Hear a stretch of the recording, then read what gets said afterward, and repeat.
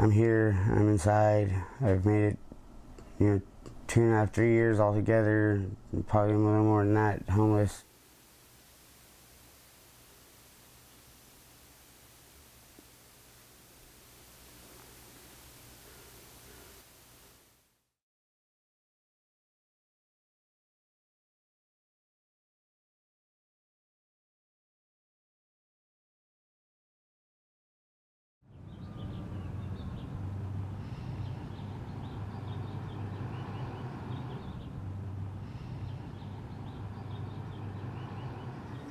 Uplift said that I had done enough cleaning of my own that I qualified for housing assistance and help, and they located a place for me, and I wouldn't be where I'm at if it wasn't for the help of the community and stuff. A lot of people put time and effort in. Yeah. Now I take 3 showers a day. I'm enjoying the shit out of that. It's a nice shower too. It never gets cold. Like here, I've had probably 15 people want to use my shower, and I'm not against it. Who am I to stop that? You know what I mean? Sometimes people need that. That could be the difference in someone's morale and whether they take care of themselves and want to do something with themselves. I know I didn't want to do shit when I smell bad. Well, whatever this one up. Well, if you make a mistake, you can have the other one. That's great. I've known JP since he was about 16 years old. So it's been a long, long time. It's a good thing to watch him go from where he's been to where he's going to and where he's arrived at now with his new apartment and trying to get his life in order. I think it's exciting. I like this area though, it's not too bad. It's definitely not a camp, and that's good.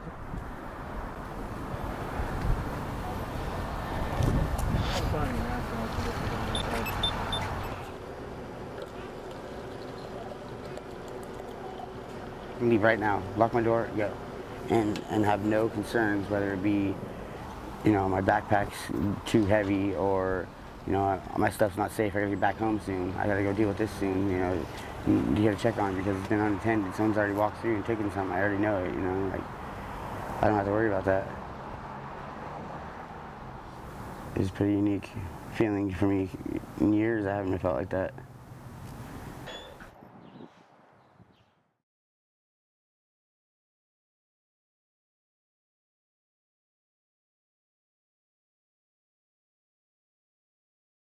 I do want to see her, but I need her to be able to do the right things, and coming to my apartment is not going to be the right thing. And I have to sit here and feel guilty, but that's the only other way I can look at it is at least she's inside. We're both inside right now. My biggest fear has to do with his relationship with his wife. They're oil and water together, from what I can see. Well, you know where my camp was, right?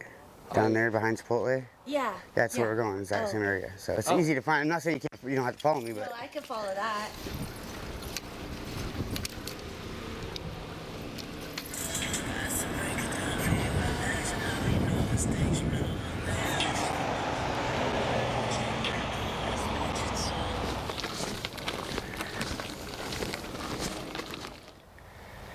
It was all in a pile, all nice and clean.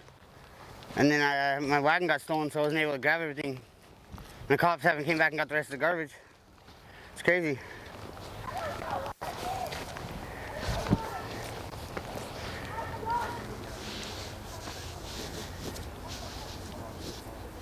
My wife's been calling. I was hoping maybe get her on the video, call while you guys were here. You guys want to talk to her at all? I'll be out anytime after the 20th. Okay. But it could be even before then. Okay. Because I'm just waiting for my lawyer to come see me so I can sign the plea. And then after the plea signed, I really technically don't even need to go to sentencing. I've been doing blood draws and stuff because apparently my legs, how they keep swelling, it could be kidney failure. It's driving me nuts that I can't see you. I don't know why it's doing that. You can try and call back if you want. No, because then what if you can't answer? Yeah, good point.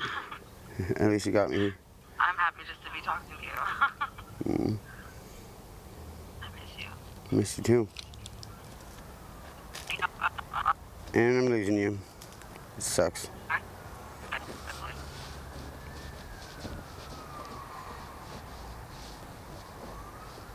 You're cut out.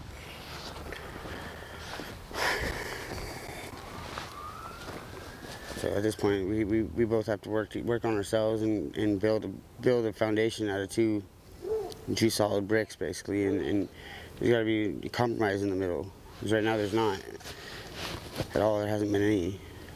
It's been really difficult.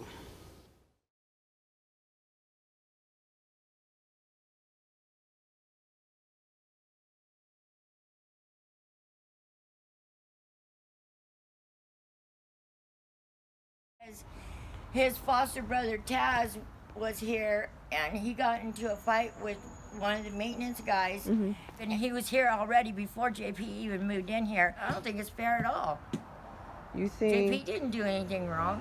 It's not his fault that Taz got into a fight with the maintenance guy.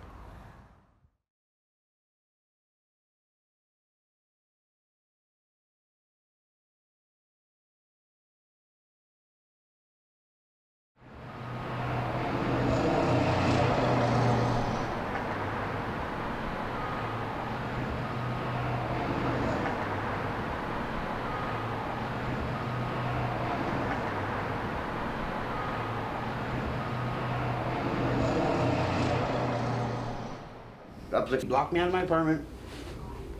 Told me they were gonna help me still, whatever, because money's there for me to use or whatever. I need to find somewhere to move, and then all of a sudden they like threw all my shit away. They wouldn't let me in. They wouldn't answer the phone. I couldn't do anything. My brother got in a fight at the neighbor's house with the maintenance guy. After I already kicked him out because they said he had to go, so I kicked him out. 3 days later, he beats up or gets beat up or fights or whatever, the maintenance guy, and they kick me out. I don't know, things are crazy. Katie, you did me wrong enough where I couldn't continue anymore, and I don't give up easy. I was unhappy, and I'm not trying to be unhappy. I don't know, it didn't work out, that's for sure.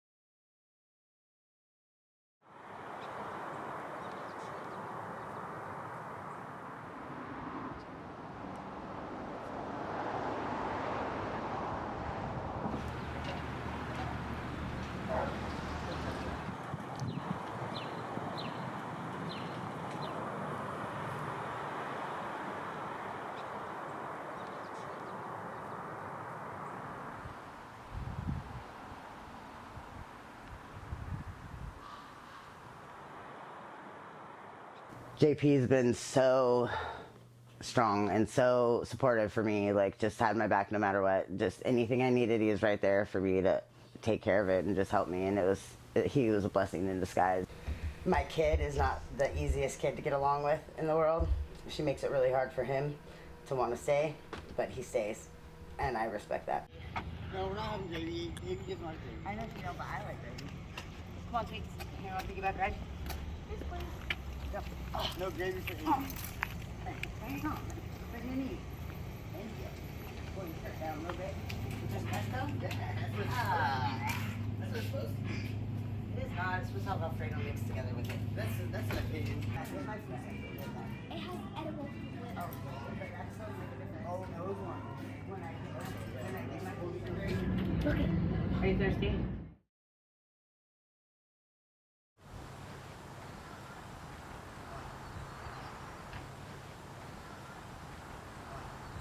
Everyone calls me Avi.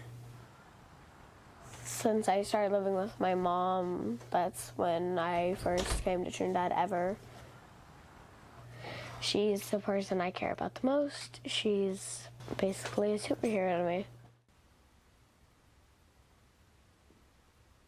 I would like to be able to offer her whatever she needs. really. Just even things that she wants, you know.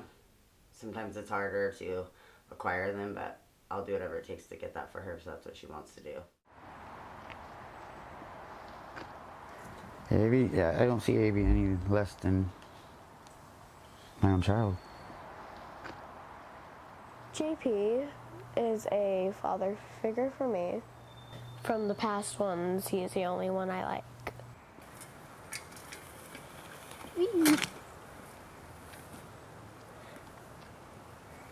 Did JP fix that bike for you? Yeah. We're getting along better. Definitely. She saved me from a lot. And her and Danielle both have saved me from a lot. You said something like you guys want to go do something. Do a movie or cooking or something, right? Making cookies or something? All I know is that today at school, well actually no, tomorrow at school, we're having a party. Mm-hmm. You can use that excuse on every day but Thursday.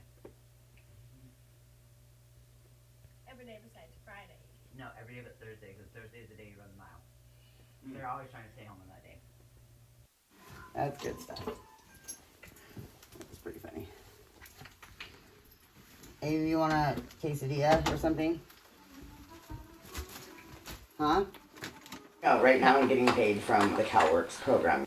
They give me food stamps, which is good because that helps us survive for eating, but other things we need, like toilet paper, amenities, and shit like that is very hard to come by sometimes, you know? I'm using newspaper right now, actually. You gotta do what you gotta do. Totally want to be in my own spot, like with closets and drawers and things I can put all my stuff away in, because that room is so small and it's getting moldy in there. So we've all had a cold. Okay. Definitely feel more comfortable now than I ever have. Definitely. Things feel like they work better. Don't take, earn your way, be honest. Things like that, that's the stuff I always worked on and lived on. And for a few years there was a different kind of survival involved. And I wasn't able to just be honest and be real and earn my way.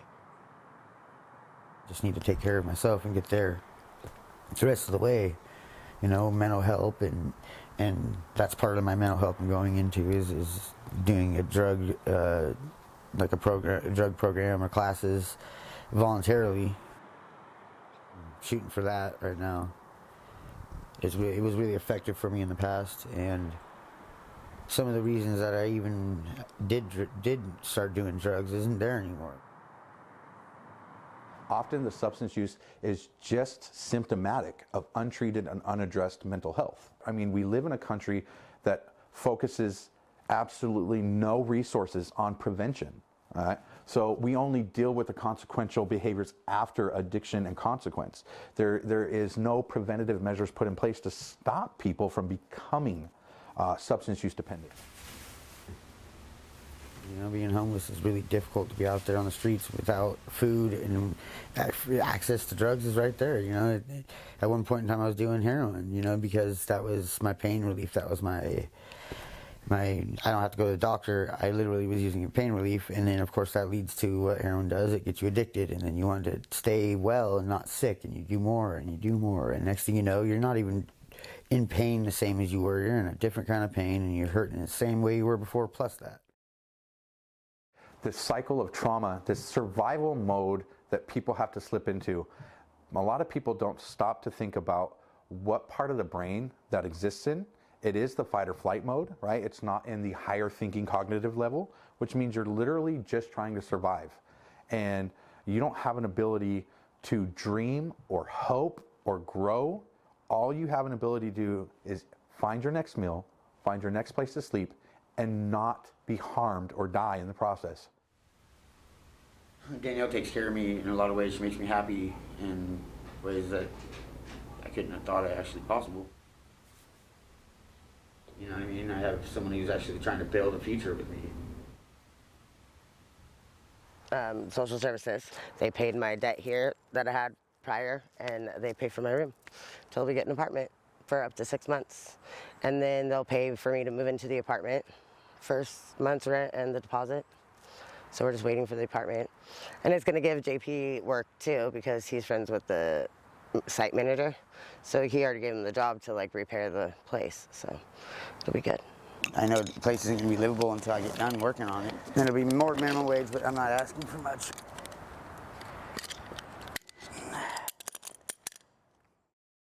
I would say that our community is under-equipped, and the everyday average individual definitely is unable to provide the services themselves. A lot of people have the compassion to help, and they want to help, and they would do it themselves if they could. So I would say that with individuals not knowing about the resources that are available or how to access them, the feeling of being trapped and unable to help is going to be prevalent. What I do recommend is anytime someone gets the opportunity to educate themselves on the services, to reach out, find out what's available. But does everybody on the streets know that our services are available to them? Does everybody on our streets know how to access our services? And our community isn't doing a good enough job to make sure everybody knows what phone numbers to call, everybody knows what places to go to, and I think we can do a better job on that.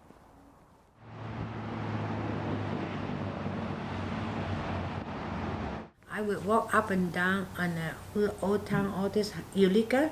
When I come back from the China there and go to each street, find a door where anybody sleeping there, I tell them, come over me and I want to talk to them.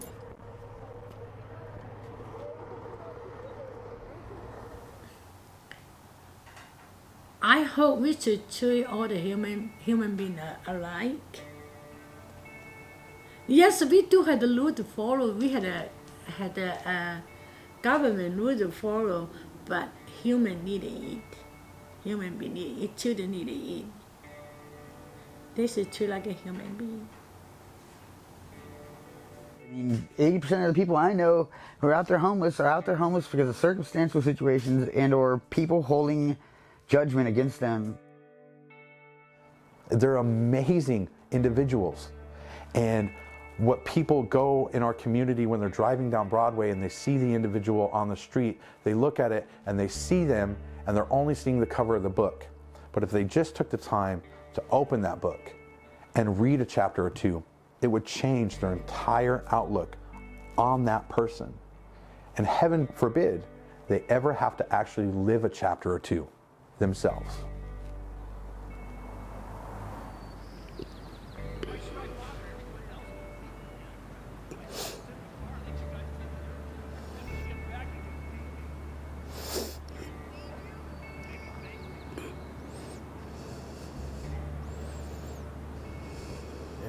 Every day is a new gift. And Danielle, her time is an amazing gift. Aviana, her time, you know what I mean? I'm lucky enough to be the person that gets to spend this time with them. I guarantee there's going to be huge steps in the future, and I'm ready to take them.